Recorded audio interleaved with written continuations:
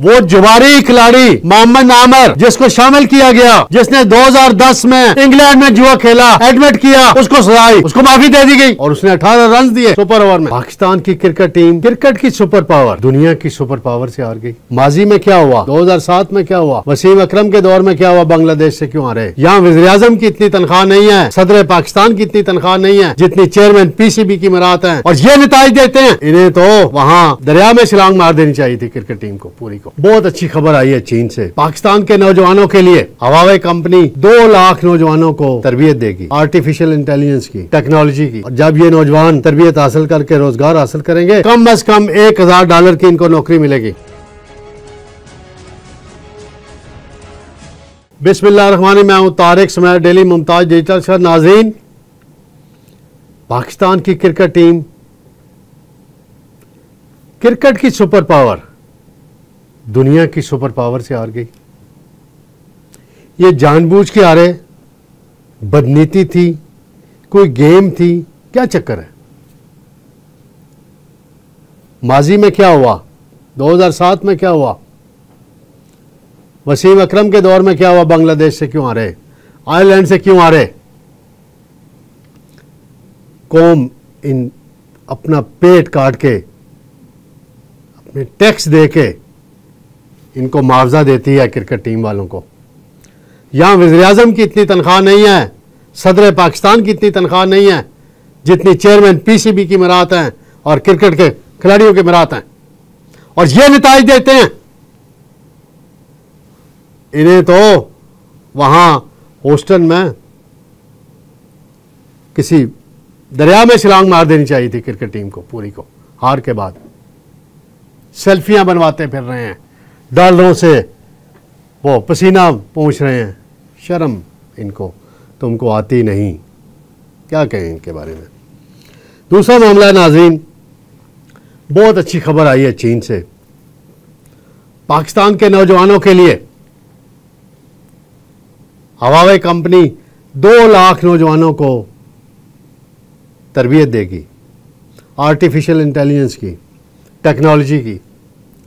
और जब ये नौजवान तरबियत हासिल करके रोजगार हासिल करेंगे, तो कम अज कम $1000 की इनको नौकरी मिलेगी। फिर दूसरा मामला है, आज जुडिशल कमीशन का इजलास हुआ है और अनबन हो गई, वोटिंग पे फैसला हुआ। उसकी कहानी मैं बताऊंगा।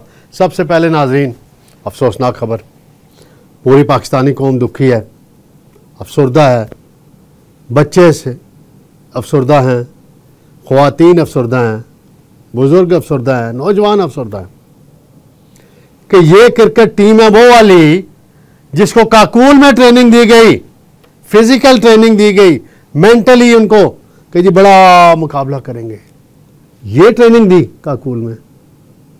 पता नहीं, मज़ीद बात करेंगे तो मसाइल हो जाते हैं, नाराज़ हो जाते हैं सच्ची बात करने से।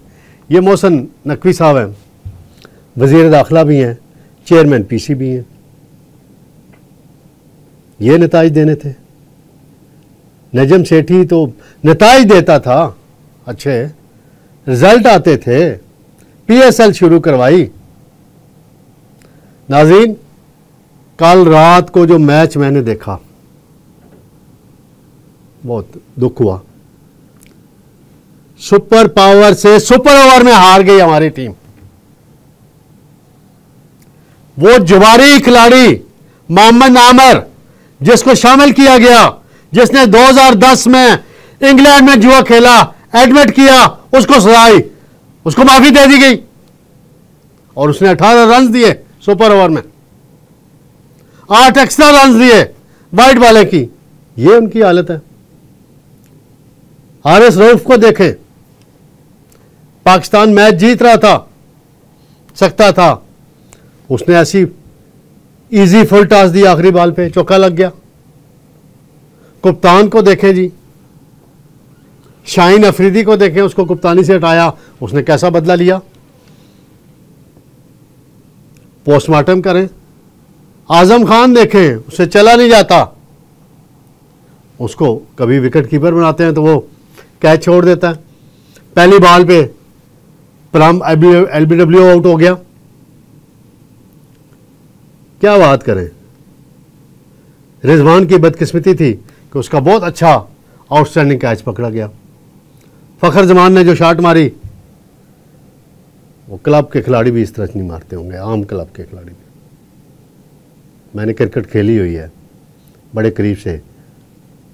वसीम अकरम कैप्टन थे, बांग्लादेश से हार गए जी हम बुरी तरह। फिर आयरलैंड से 2007 में इंजमाम उल हक की क़यादत में हार गए। बॉब वुलमर ने खुदकशी कर ली थी। अब गैरी क्रिस्टन जो है परेशान है कि उनके साथ क्या होना है।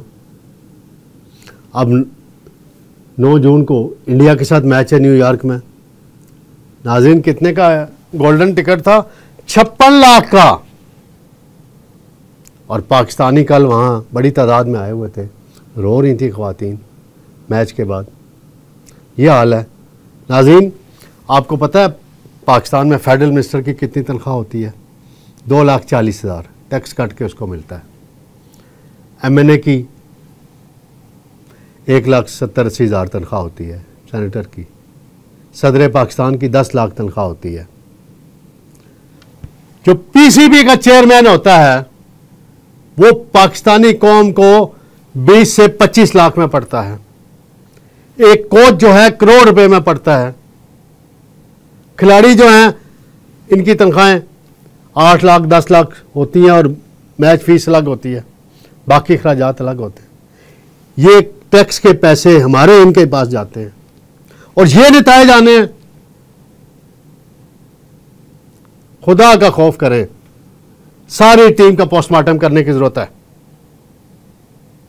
इन सब की छुट्टी करें, नई टीम लेकर आए। 1-2 साल हारेगी, खैर है, हार जाए, दुख तो नहीं होगा ना इस तरीके से। नाज़रीन दूसरा मामला है, अच्छी खबर आई है चीन से। यहाँ एक मायूसी की खबर है, मैं अच्छी खबर भी सुनाता चलूँ। शहबाज शरीफ साहब बतौर वज़ीर-ए-आज़म मेहनत कर रहे हैं। उनकी पॉलिसी में जो शिफ्ट आया है, कर्ज नहीं कारोबार, बिजनेस टू बिजनेस, बड़ी अच्छी अप्रोच अपनाई है उन्होंने।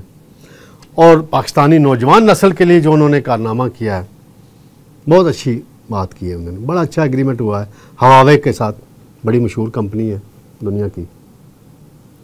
2 लाख हाईटेक नौजवानों को तरबियत दी जाएगी। मैंने शिजा फातिमा साहबा से पूछा है, जो IT की मिनिस्टर हैं, उनसे रब्ता हुआ था, तो उन्होंने कहा 3 मराइल में ये तरबियत का मरहला होगा। एक यूनिवर्सिटी लेवल के स्टूडेंट होंगे, एक ग्रेजुएशन के होंगे स्टूडेंट, और एक अंडर ग्रेजुएट, और एक मैट्रिक तक के या उससे A लेवल वाले जो होंगे। और चारों सूबों से मिलकर ये प्रोग्राम बनाया जाएगा इसको तरबियत का। और ये जब ये 2 लाख नौजवान, इनको सर्टिफिकेट मिलेगा ट्रेनिंग का, सर्टिफाइड होंगे, ट्रेन होंगे, तो कम अज़ कम इनको जो बाहर की कंपनियों में या पाकिस्तानी कंपनियों में जॉब मिलेगी, और डॉलर्स में बाहर की कंपनियों में, तो कम अज़ कम $1,01,000 से आगाज़ होगा उनका सैलरी का, कम अज़ कम सैलरी $1,000। $1,000 नाज़रीन पाकिस्तानी आजकल 2,70,75,80,000 ये डॉलर एक्सचेंज में बनता है। ये होगा, ये कामयाब हो जाए प्रोग्राम तो बहुत ज़बरदस्त है। इसको मज़ीद आगे बढ़ाएं और मुमालिक के साथ भी माहदे इस तरह के होने चाहिए। शहबाज शरीफ साहब को मैं दाद देता हूँ इस बात पे कि बड़ी ज़बरदस्त उन्होंने बात की। पाकिस्तान के अंदर 3 महीने पहले एक कंपनी ने सर्वे किया, फ्रस्ट्रेशन का लेवल नौजवानों में बहुत हाई था। 100 में से आप समझ लें 80-85% नौजवान, 80-85 नौजवान, 100 में से एक एवरेज निकालें, वो फ्रस्ट्रेशन का शिकार थे। हालिया 3 माह में जो इक़दामात हुए हैं हुकूमती, मईशत में कुछ बेहतरी आई है, तो वो फ्रस्ट्रेशन लेवल 3% कम हो गया है। अगर ये सिलसिला नाज़रीन चलता रहे तो ये मुल्क के लिए बेहतर है। नाज़रीन एक और मामला है, मैं मुख्तसरन ज़िक्र करूँगा। आज जुडिशल कमीशन का इजलास हुआ है चीफ जस्टिस साहब की सरबराही में। लाहौर हाई कोर्ट के चीफ जस्टिस हैं जस्टिस मलिक शहजाद अहमद ख़ान साहब, उनको सुप्रीम कोर्ट का जज बनाने का मामला पेश आया तो वहाँ वोटिंग हो गई और उन्हें जज बनाने की मुखालफत करने वालों में justice Mansoor Ali Shah, justice Munib Akhtar, justice Yahya Afridi और एक जस्टिस रिटायर्ड मंजूर मलिक साहब हैं, उन्होंने मुखालफत में वोट दिया। हमायत में वोट देने वालों में काजी फ़ाइज़ ईसा साहब, वज़ीर कानून आज़म नज़ीर तारड़, अटारनी जनरल साहब, पाकिस्तान बार कौंसिल के मेंबर और जस्टिस अमीनुद्दीन साहब हैं। अब ये समझ नहीं आती, राइट है वोट देने का, मंसूर अली शाह साहब हों, मंजूर मलिक साहब हों, दोनों पंजाब से हैं, तो इन्होंने मलिक शहजाद साहब के ख़िलाफ़ क्यों वोट दिया, इसकी वजह तो अभी तक सामने नहीं आई। बहरहाल अच्छी बात है कि जी सुप्रीम कोर्ट के अंदर जो खाली नशिस्तें हैं वो पुर की जा रही हैं। आज पार्लियामेंट हाउस के अंदर एक अजीब व गरीब वाक़या हुआ कि नमाज जुमा के लिए अगर असम्बली और सैनेट का इजलास चल रहा हो तो 12:45 या 12:50 पे, क्योंकि 1 बजे जमात खड़ी होती है, इजलास या तो मुलतवी कर दिया जाता है या वक्फ़ा किया जाता है। डिप्टी स्पीकर सैयद गुलाम मुस्तफ़ा शाह साहब सदारत कर रहे थे, नॉर्मल ऐसी पॉइंट ऑफ आर्डर चल रहे थे, कोई बड़ी लेजिस्लेशन भी नहीं हो रही थी। उन्होंने नमाज जुमा का वक्फ़ा नहीं किया। मौलाना अब्दुल गफूर हैदरी साहब अपने कमरे से नमाज जुमा पढ़ के आए थे, तो फिर कमरे से अपने चैम्बर से उठ के हाउस के अंदर गए, फिर उन्होंने कोरम भी शायद पॉइंट आउट किया और इजलास ख़त्म हुआ। जो मैं पॉइंट उठाना चाहता हूँ, कोई इतनी क़यामत नहीं आई थी डिप्टी स्पीकर साहब कि आपने नमाज जुमा पढ़ने के लिए वक्फ़ा नहीं किया। सेनेट का इजलास पहले ख़त्म हो चुका था। जो अमला होता है, यानी सेक्रेटरी साहब हैं, मुश्ताक साहब हैं स्पेशल सेक्रेटरी, और दीगर जो हैं सारे नमाजी हैं, मैं वहाँ नमाज़ पढ़ता हूँ उनके साथ, वो भी नमाज जुमा आज पार्लियामेंट हाउस के अंदर नहीं पढ़ सके। और ये मेरे ख्याल है कोई पहली मरतबा ऐसा हुआ है। अमूमन ऐसा होता था अगर कोई लेजिस्लेशन या बजट या कुछ तरह की चल रही तो 15 मिनट का वक्फ़ा कर दिया जाता था। तो ये अजीब व गरीब पीपल्स पार्टी वाले ऊपर बैठे हुए थे। शाह साहब, मैं अब कुछ कहना नहीं चाहता इससे ज़्यादा, तो ये गलत एक बात की गई है जिसकी मैंने कहा तज़किरा करना यहाँ ज़रूरी है। तो नाज़रीन, इंशाअल्लाह कल आपकी खिदमत में दोबारा हाज़िर होंगे। अल्लाह हाफ़िज़।